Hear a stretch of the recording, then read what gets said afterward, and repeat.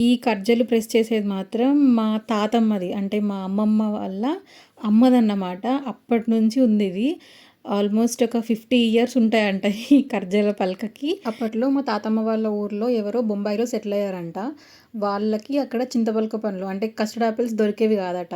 So ఊరికొచ్చినప్పుడల్లా తాతమ్మ ఇచ్చేదంట. అంటే ఆ సీజన్‌లో. సో అందుకని వాళ్ళకొక ప్లాస్టిక్ ఫ్యాక్టరీ ఉంటే వాళ్ళ గుర్తుగా తాతమ్మకి ఇది ఇచ్చారంట.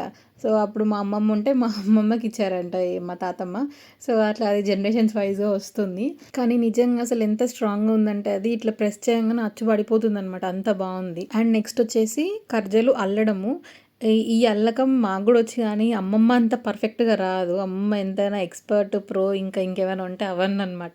ఎందుకంటే ఊర్లో ఏ పెళ్ళిళ్ళైనా గూడా అందరూ వెళ్తారు కాబట్టి ఆల్మోస్ట్ అందరికీ ఈ అల్లకము, సకినాలు చుట్టడము చాలా పర్ఫెక్ట్‌గా వస్తాయి. సో అట్లా కొన్ని కర్జల పలకతోటి కొన్ని అల్లి